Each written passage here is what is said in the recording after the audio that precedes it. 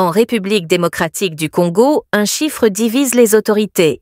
Dimanche soir, le président de l'Assemblée nationale, Vital Kamerhe, a annoncé au Parlement que 318 personnes ont été tuées dans la nuit du 14 au 15 juin 2025 dans le territoire de Moba, dans le Tanganyika, une province du sud-est du pays. Des villages ont été évacués après des affrontements entre la population et une milice locale, selon Vital Kamerhe. Une information qui a été démentie par le gouverneur du Tanganyika, Christian Kitungwa, ensuite par les forces armées de la République démocratique du Congo. Le gouverneur du Tanganyika estime toutefois que ces chiffres peuvent évoquer des crimes sur de nombreuses années. Écoutez-le s'exprimer. Dire que dans le Tanganyika, dans le territoire de Moba ou dans le chefferie de Kansabala où évoluent ces milices et qu'il y a eu mort de plus de 300 personnes que l'on dise sur la période de 2020 à 2025, je pourrais encore comprendre et cela reste l'exercice qui porte à regarder dans nos rétroviseurs. Depuis mon arrivée, nous avons entamé le pourparler avec ce milice. J'ai eu à rencontrer la haute autorité pour avoir sa bénédiction. À ce stade, je vous dis, ce groupe armé n'attend que notre déplacement pour leur édition. Ils sont prêts à déposer leurs armes. Le groupe qui se situe au niveau de Moba dans le chefferie Kansabala sont déjà pris en charge pour procéder à la reddition comme on l'a fait avec les autres milices. Après le gouverneur du Tanganyika, les forces armées de la RDC ont aussi démenti l'information, à travers le porte-parole de l'armée, le général-major Sylvain Ekenge.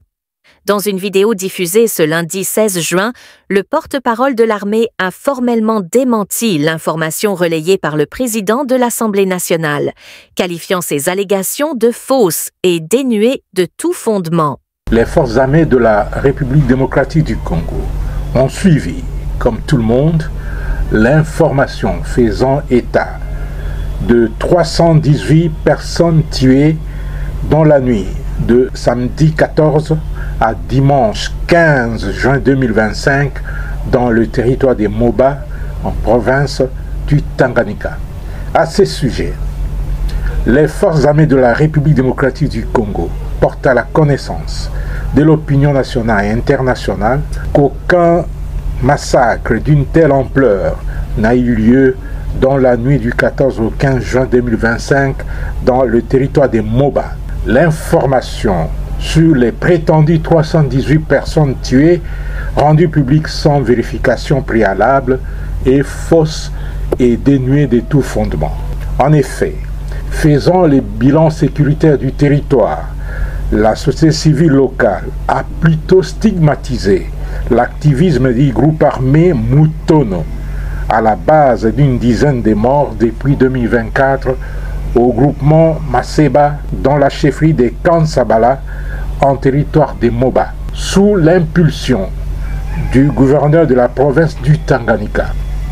L'administrateur de Moba a réussi à gérer la situation avec sagesse et professionnalisme. Les forces armées de la République démocratique du Congo demandent à l'opinion de ne pas céder à la désinformation, la manipulation et l'intoxication véhiculée par les personnes mal intentionnées dans le but de nuire à leur crédibilité. Elle dénonce également la récupération de cette fausse information à des fins politiques et propagandistes.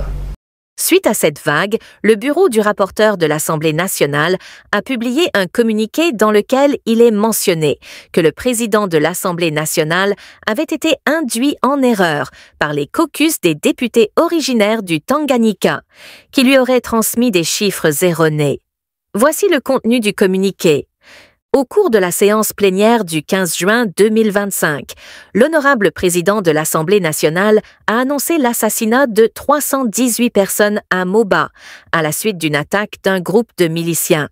L'honorable rapporteur de l'Assemblée nationale porte à la connaissance du public qu'après vérification, ce nombre de victimes communiquées au président de l'Assemblée nationale par le caucus des députés nationaux originaires de la province meurtrie est erroné.